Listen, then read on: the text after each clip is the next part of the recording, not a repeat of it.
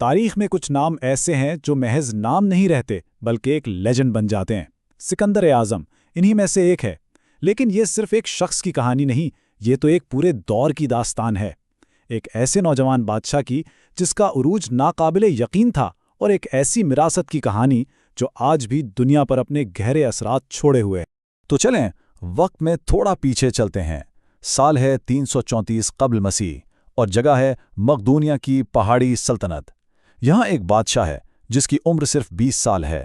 اسے اپنے والد سے وراثت میں صرف تخت نہیں ملا بلکہ ایک ایسا جرأت مندانہ منصوبہ بھی ملا جو سچ پوچھیں تو پوری دنیا کا نقشہ بدلنے والا تھا۔ اور اس کی نظریں کس پر تھیں؟ اس وقت کی سب سے بڑی سپر پاور پر، یعنی بے پناہ دولت مند اور وسیع و عریض فارسی سلطنت پر۔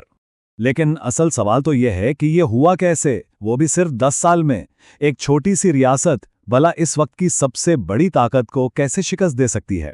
یہی وہ سوال ہے جس نے صدیوں سے تاریخ دانوں کو بھی حیران کر رکھا ہے۔ تو اس کا جواب شروع ہوتا ہے اس کے والد فلپ دوم سے، کیونکہ سکندر کو وراثت میں صرف ایک منصوبہ نہیں ملا تھا، اسے ملی تھی ایک پوری انقلابی فوجی مشین، اور اس فوجی مشین کا دل تھا مقدونیائی فیلنکس۔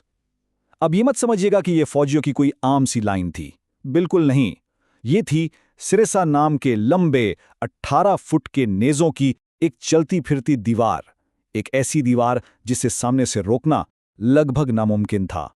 لیکن فلپ کی ذہانت صرف فیلنکس تک نہیں رکی، اس نے ایک مشترکہ ہتھیاروں کا نظام بنایا۔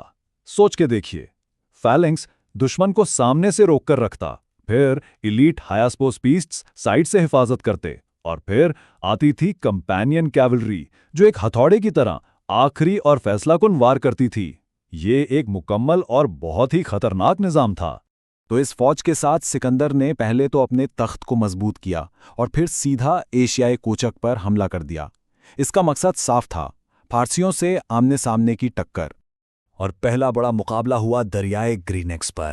پرانے مورخ بتاتے ہیں کہ وہاں کیا گھمسان کی لڑائی تھی، گھوڑے گھوڑوں سے ٹکرا رہے تھے، انسان انسان سے، اور اس سب کے بیچوں بیچ سکندر خود آگے بڑھ کر لڑ رہا تھا، اتنا آگے کہ وہ مرتے مرتے بچا۔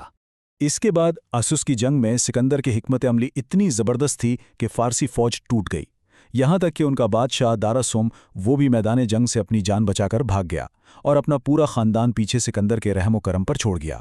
فارسی فوج تو اب تتر بتر ہو چکی تھی، تو اب سکندر نے ایک ایک کر کے باقی سلطنت کو اپنے قبضے میں لینا شروع کر دیا۔ اب سکندر صرف ایک جنرل نہیں تھا، وہ ایک حکمران بن رہا تھا۔